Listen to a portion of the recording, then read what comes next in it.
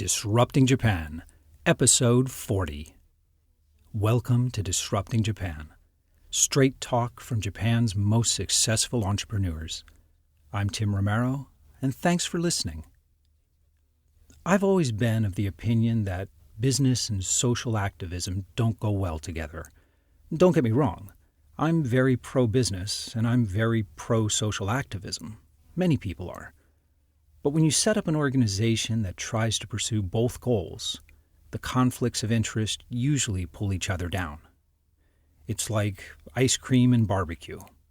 Separately, they're wonderful, but they just don't work well when mixed together. Koki Hayashi of Letibee, however, has other ideas. And in his particular case, I'm inclined to think he's right. Letibee has launched a product called Nesty, and is rapidly becoming the online hub of Japan's LGBT community. We talk in detail about his company and his business model, of course, but we also talk a lot about how gay rights in Japan are changing and how the experience of being LGBT in Japan is changing. Like many changes in Japan, this one has been building up for a long time and is now happening very quickly. And Koki's company is receiving more and more requests from Japanese companies wanting to better interact with the gay community and better understand their gay employees. It's a fascinating discussion, and I don't want to give too much away. So let's get right to the interview. So I'm sitting here with Koki Hayashi of Letibee. Letibee runs Letibee Life, a media site that focuses on LGBT news, events, awareness, and the Letibee app community portal. But I think you can describe your service and your company much better than I can. So why don't you explain to everyone what Letibee is? Okay. Letibee is developing the app called Nesty, that is the community app for LGBT people. Main feature is community that used to be existed in Mixi. Mixi is the social networking website that was really popular in Japan. Right, very similar to Facebook until Facebook came into Japan. Yeah. Now Facebook kind of took over. Yeah, when we decided to make the app, we had interviewed to some LGBT people in Japan.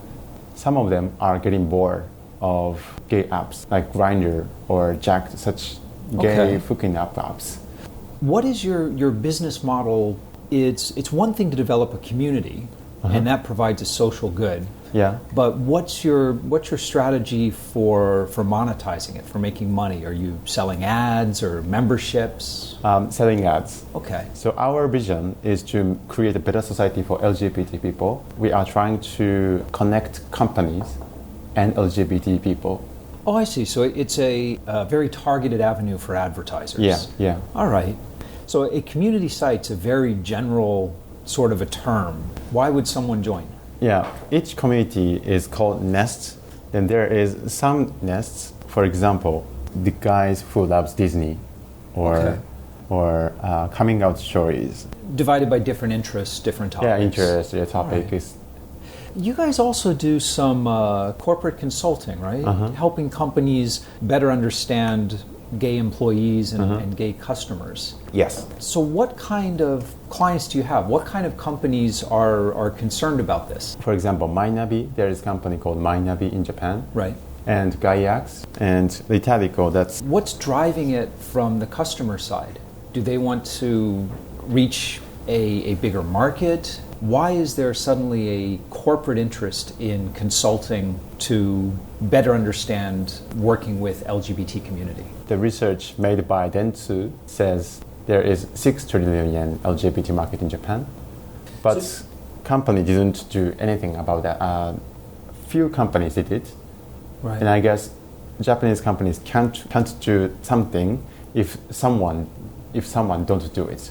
Yeah, Japanese companies, they tend to, everyone does something or nobody does it. Yeah. Right? So the Japanese corporations who are interested in this consulting are mainly looking at the sales side. They want to increase revenues.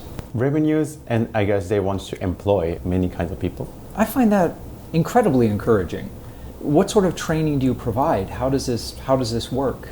Yeah, we are training LGBT lecture program. These lectures are based on, firstly, basic knowledge about LGBT and LGBT situation in the world and in Japan.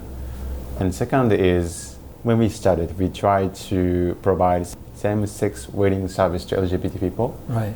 And we brought some like lesbian couples or gay couples to wedding places.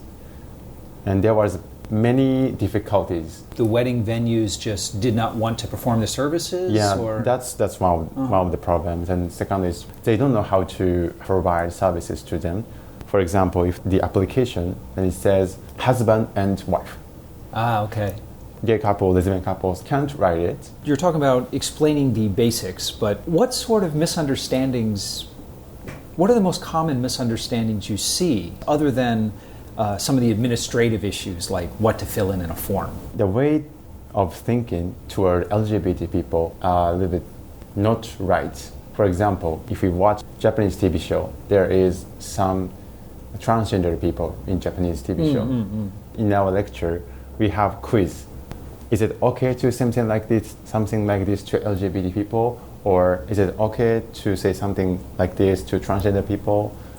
Then some people made mistakes. Some people don't know. So they're basing their experience solely on what they see these entertainers on TV. Yeah. I see. So they have knowledge about LGBT based on TV shows or such things. But the thing is, there's a very large number of gay people in Japan. In fact, last year, Dentsu did a survey, and it was 7.6% of all adult Japanese identified as gay, bi, or trans. And that's a really high number. I mean, that's much higher than the States or countries in Europe. If so many people in Japan are identifying as gay, why is there such a gap in the understanding? I guess even if 7.6% of people identify LGBT people, but I don't think they are open. Some of them are opening, but most of them are not opening because until this time, there were some people who are open, really open, and more people are getting open. Yeah. But before 2015, for example, most of them are closed. I think last year was a very important year for kind of gay rights in Japan. So. It's amazing now how fast things are changing. So as you mentioned before, there were a couple of wards in Tokyo now accept same-sex marriage. And I think, in some ways it seems like Japan is becoming more progressive than America in this way. There was, I forget his name at the moment, but the politician who called gays, I guess, abnormal. Oh, yeah. Translation. And there was this public outcry against him and demands that he resign. So it really seems like something big is about to change in Japan. What do you think triggered it? Why now is this change happening? It's partly because United States they said okay for same-sex marriage. That made big waves in Japan too. And the biggest news was Shibuya Partnership. Right. After Shibuya Partnership, some companies started, for example, LifeNet insurance company started providing the insurance service for same-sex couples. And GMO Internet did advertisement in Shibuya, big advertisement, showing that we are supporting LGBT people. So there is something like movement after Shibuya Partnership. Everyone always says Japan changes slowly. But it doesn't really. When change starts to happen here, it changes incredibly quickly. Yeah. It's been a long time coming, and now it's just this tipping point where the LGBT community is becoming mainstream and acceptable.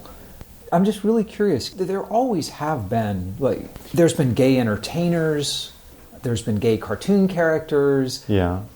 Japanese society didn't have a particular dislike of homosexuality. It was just sort of ignored, it seems like. Yeah. Historically, before Meiji era, there was kagema-chaya or even kabuki that was a male prostitute place in Japan in Edo era. And kabuki used to be, there was male dancing in kabuki. Right. So in Edo era, or even when there is some generals having war inside Japan, right, some generals had the relationship with males too.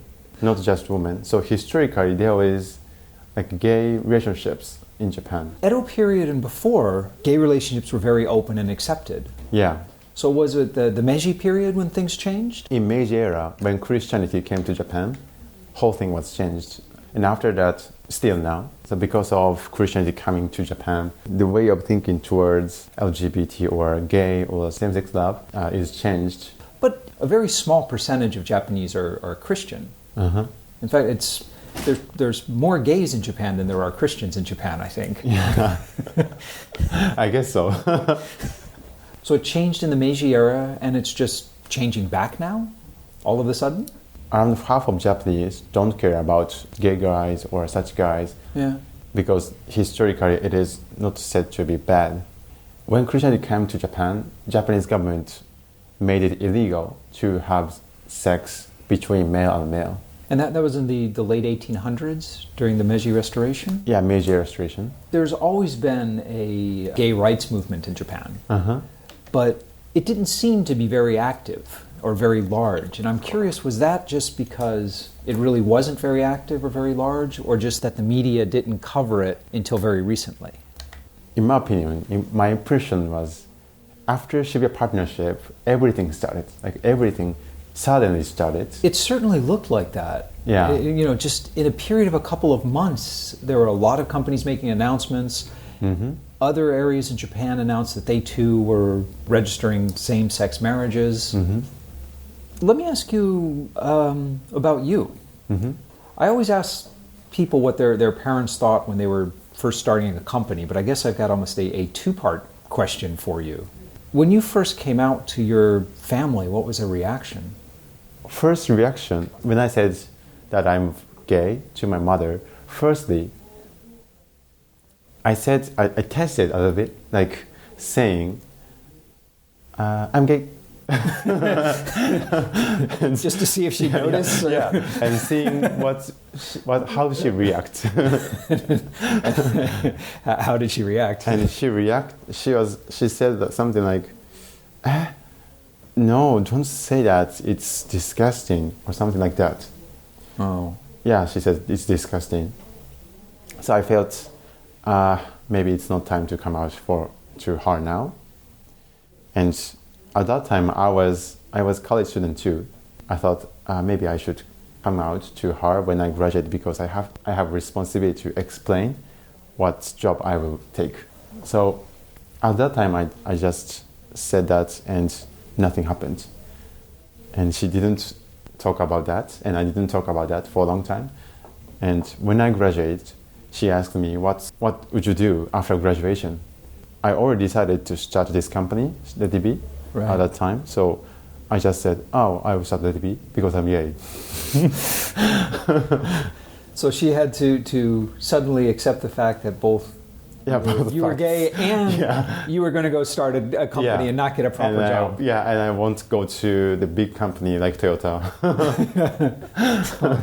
That must have been kind of tough for your mom to absorb all at once. Yeah, she was surprised. So, is it possible now for a person to go into a Toyota or a Mitsubishi and be openly gay and have a career? Or is that still too progressive for Japan? I think it's still progressive. Some of my friends are open in the company, but I have some friends who are closet in their company too. And the reason why they are closed is it affects to their career. Yeah. Yeah, it's partly because of career and partly because they saw another LGBT person in Japan or said badly. So they've heard like something bad about LGBT guy. Well, I guess the business, the commerce, the laws can change very quickly, but it takes a very long time for people's individual attitudes to change. Yeah, social acceptance for LGBT people. And what were your friends' reaction? Well, I mean, in college, I assume most of your friends knew you were gay. Yeah, in college. Because college is very easy to be open. Yeah, it's easy. Especially, I was in Keio University. Okay. That is really open place. That campus and Keio University in general seems to have a tremendous number of startup founders. Oh, really? That are graduating. Yeah. Yeah, especially people graduated from KOSFC, many startup founders. So I guess your friends were mostly supportive of your idea of... Yeah, most of them. Yeah? Starting a company seems to be becoming more and more mainstream. More and more... in Japan? Yeah. I've heard from the senior of KOSFC, some of them saying that it used to be more passionate in KOSFC. Now, more and more students are going to big company. Oh, really? I've heard. Innovation itself requires people to think differently, by definition. So do you think the fact that you were sort of outside the mainstream of society has helped you think creatively and helped you in your startup? Yeah, maybe. I was always thinking that something that is in Japanese society, is it really right or not? I was just always thinking, for example, students are going to have interview to companies when they are third year. Yeah. Is it really the thing that you want to do? Or for me, it looks like sheep. Like group of sheep. Like looks like almost the same. Like sheep? Yeah, sheep. Yeah. Yes, sheep. Looks like the same and feeling scared a little bit. Well, that makes sense. So, I mean, it makes you more willing to question why you're doing things and why other people are doing things. Yeah. I have my boyfriend. He is from America.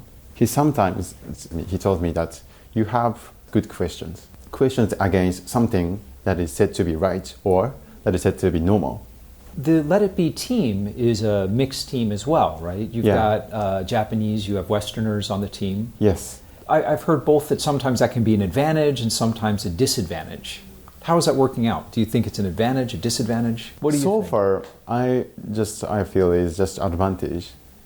All of them can speak English, so there is no problem about English. And he is really a professional engineer coming from London. He has opinions about whenever he tells me about what startup situation was in London, it helps me about thinking what we should do. One disadvantage could be sometimes I think we have to think about what is normal in Japan. So sometimes it gets too far. Yeah, off, like sometimes too far. Or, for example, if you get funding, like $10 million for Series A. Wow, that's some pretty good funding. Yeah, pretty good funding. But sometimes, like Crunchbase or something like that, I'm checking Crunchbase every day. And sometimes don't check Crunchbase every day. Don't do that. You'll drive yourself crazy. It's anyways, there is like Series A or $10 million or something like that. He sometimes $1 million. We once decided let's get $10 million and brought it to advisor about the venture funding. I remember she told me that what are you talking about or like. Yeah, I know what you mean. So a $10 million Series A, well, certainly at the stage you're at now. Yeah. Would be very difficult in Japan. Yeah, very difficult. And usually Series A in Japan is 1 million to 1.5 million. One of the things I find most encouraging about the sudden acceptance of gays in Japan is I think it does dovetail with the rise of startups and the importance of startups. And that Japan has always been a very conformist society. People are expected to act a certain way, to dress a certain way in certain situations, and it's just there's almost a rule book to life, right, in Japan. Yeah. And if you follow those rules, life's pretty smooth. But traditionally, Japanese have not been terribly accepting of people who don't follow those rules. But I think for any startup ecosystem to really survive, to really become powerful, it requires accepting people who are thinking differently and behaving differently and saying that we don't want to follow these rules. You mean in startups? In startups. But not just in startups. You can't limit it just to startups. I don't think it's possible to say, okay, we're going to be open and accepting about economic ideas, but not about political ideas or social ideas. Perhaps there is something changing in Japan where suddenly people are becoming open to startup ideas. They're becoming open to people who are thinking differently about business processes, thinking differently about lifestyle choices. Maybe the change is much bigger than just the startup economics or just the companies trying to reach the gay community? Maybe it's the situation about startup. It's getting different from the previous time, I guess. So last year was a huge year in terms of gay rights in Japan. How do you see things changing moving forward? Is this trend going to continue? What's the next big steps and changes you see? I think there are two cases in 2016 or in the future. One case is not thought well about LGBT anymore. In 2015, there is criticism about the way about LGBT that it is kind of trend. You mean there was criticism from the gay community saying they don't mean it, or there was criticism from other people saying that it's not important? Who was criticizing? Especially from LGBT community. Really? Yeah, because Shibuya Partnership doesn't have legal effect. Well, that's true, but Shibuya did all it could, that it had the legal authority to do, right? Yeah, Shibuya said that we will accept gay rights or same-sex rights, and Setagaya or other places said the same things. But at the same time, it is not enough. It is just saying that we will accept that, and there is little legal effect, but almost no legal effect to gay couple or lesbian couples. Okay. For example, if they try to rent the room, if the landlord said no because you are gay guys, then what Shibuya can do is to list up the landlord name in Shibuya homepage or something like that, not saying that you shouldn't do it. It's important symbol, but it doesn't have any real... Yeah, that's the main criticism. It's like symbol, but not effective. Do you think we'll see actual laws passed? Yeah, that's the second case. Yeah. It is said to be that we have to think about more about LGBT people. The day before yesterday, the Liberal Democratic Party, Jiminto in Japan, said that they will start LGBT project team inside their party. Really? Yeah. Well, that's... And for listeners overseas, that is the conservative party. That is the very conservative party in Japan. So that's a pretty positive sign. Yeah. In Liberal Democratic Party, there was the group that's studying about sexual minority, started from 2013. But the day before yesterday, that group was, the whole party decided that we will start the project team about LGBT. Okay. So that's really... That's very promising. Yeah, promising. So that's the second case. Liberal Democratic Party will think about LGBT issues more, and like Tokyo or such bigger prefecture will think about LGBT issues more, and LGBT rights will progress more and more. That's the second case. Passing laws that guarantee real protection is important, but I think even having the LDP speaking positively about gay rights and the LGBT community in Japan would have a huge influence over people's mindset. Yeah, I think so. Because it's hard to get too much more conservative. It really is. For LDP. Yeah, When same-sex partnership started last year, the Prime Minister Abe, he was asked, "What do you think?" He said, we should be serious. So he said he should be serious in supporting gay rights? Not supporting and not denying. It sounds like a very political thing to say. Yeah, it's vague. And in 2014, an LGBT organization asked each parties, "What do you think about gay rights?" At that time, LDP told that we don't have to think about same-sex marriage rights. In 2014, they said we don't have to think about that. And in 2015, when they asked, we should be serious. Yeah, and Japan changes quickly, yes. Yeah. Do you plan on having Let It Be part of this social movement as well? Or is that something you want to, for the sake of the business, you want to stay out of the politics? If LGBT rights were accepted by the government, and if there is law about LGBT people, that means that some companies can think that we should accept.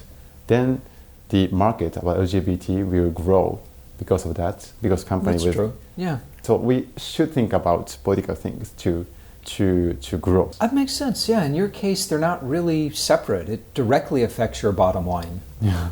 The more companies that are aware of it and the more people who decide to be open about it, it will boost your business from both the supply and the demand side. Yeah. So what we can do is to collect LGBT users using our media website and app.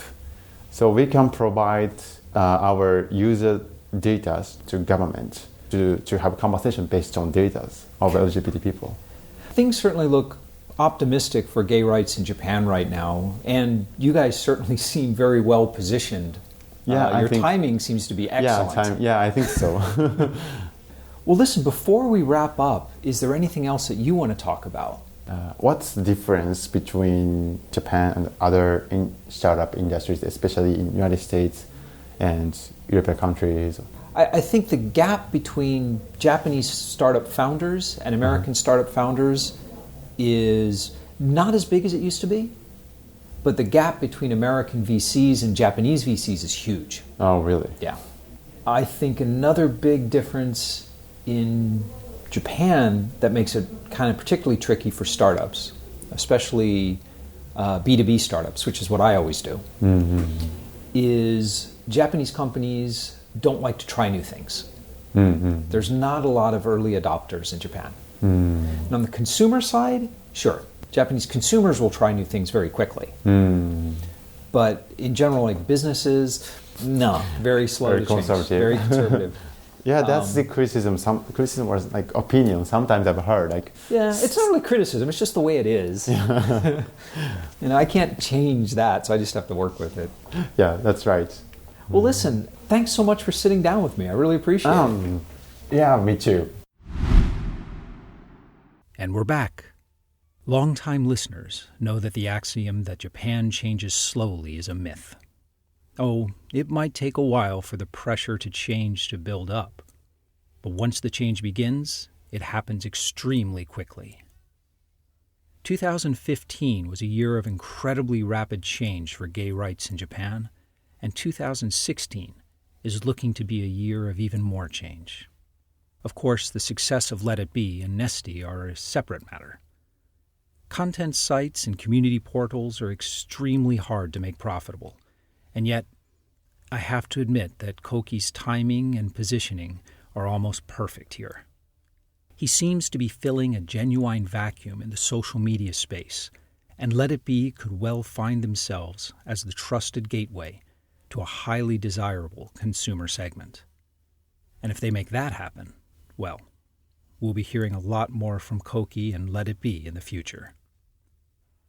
If you've got a story about the treatment of gays, or any minority group really, in Japan, Koki and I would love to hear about it. So come by disruptingjapan.com/show040 and let us know what you think. And when you drop by, you'll find all the links and sites that Koki and I talked about, and much, much more in the resources section of the post. But most of all, thanks for listening. And thank you for letting people interested in Japanese startups know about the show. I'm Tim Romero, and thanks for listening to Disrupting Japan.